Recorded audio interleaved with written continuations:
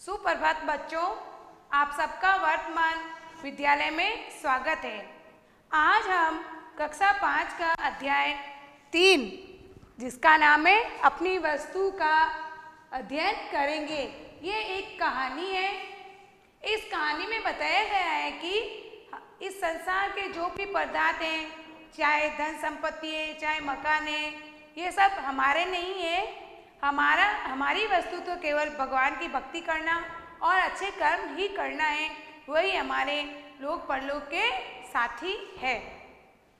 तो हमें लड़ाई झगड़ा न करके भगवान की भक्ति करनी चाहिए तथा अच्छे कर्म करने चाहिए ताकि हमारा लोक परलोक संवर जाए।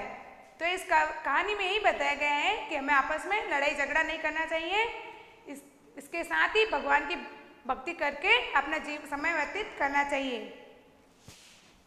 ये कहानी अपन पढ़ते हैं। इसमें दो भाई होते हैं और एक महात्मा जी होते हैं। ये दोनों भाई हैं और ये महात्मा जी है। तो इसमें एक महात्मा जी होते हैं, वो कहीं जा रहे होते हैं। तो रास्ते में उन्हें दो भाइयों के आपस में जोरदार बोलने की आवाज़ सुनाई देती है, जो ऊंची आवाज़ में बोल रहे थे। तो महात्मा जी देखते हैं कि क्यों झगड़ रहे हैं और देखते हैं वो क्यों झगड़। महात्मा तो आप पता ही है कैसे होते हैं, सरल स्वभाव के और दूसरों की सहायता करने वाले होते हैं। तो दोनों भाई हाथ में डंडा लिए हुए, लकड़ियाँ लिए हुए आपस में लड़ने के लिए उद्यत थे। उद्यत का मीन्स होता है तैयार। उद्यत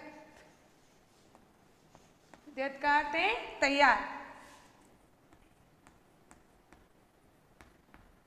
तो दोनों भाई आपस में लकड़ियां लिए हुए एक दोनों को मारने के लिए तैयार हुए थे। एक भाई कह रहा था कि ये भूमि मेरी है और दूसरा भाई कह रहा था कि भूमि मेरी है। तो दोनों ही भाई भूमि पर अपना अधिकार करने के लिए लड़ रहे थे। तो महात्मा जी उन दोनों को देख रहे थे। फिर महात्मा जी ने सोचा कि ऐसे तो ये दोनों भाई इस भूमि को प्राप्त करने के लिए लड़ते रहेंगे, मरने मारने के लिए उतर होते रहेंगे, तो क्या पता मर जाएंगे। तो मुझे उनको समझा बुझा के इनमें समझौता कराना चाहिए। तो ऐसा सोचकर महात्मा जी उनके पास जाते हैं और बोलते हैं कि हे सज्जनों, तुम क्यों झगड़ रहे हो। तो उन दोनों में से एक भाई कहता है कि महात्मा जी, हमारे पिताजी का जब देहांत हुआ था तब हमारे संपत्ति का बंटवारा किया था, तब ये भूमि मेरे नाम हुई थी, ये मेरे अधिकार में हुई थी, तो मैं इसका मालिक हूँ।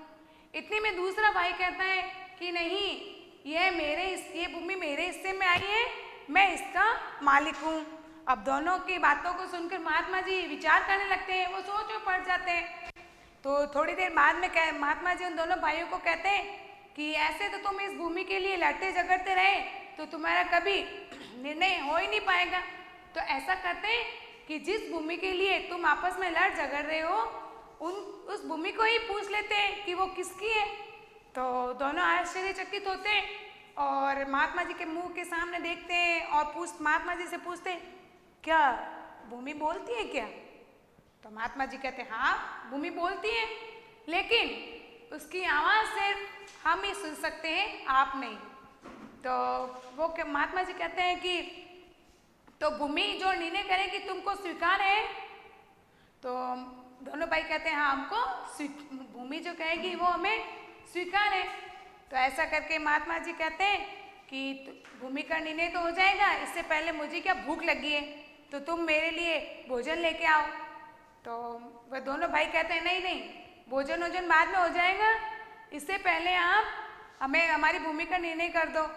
तो महात्मा जी कहते हैं, नहीं, मुझे तो जोरदार भूख लगी है, मैं तो जब खाना खाऊंगा तब मेरा मस्तिष्क शांत होगा, तभी मैं सही से निर्णय कर पाऊंगा।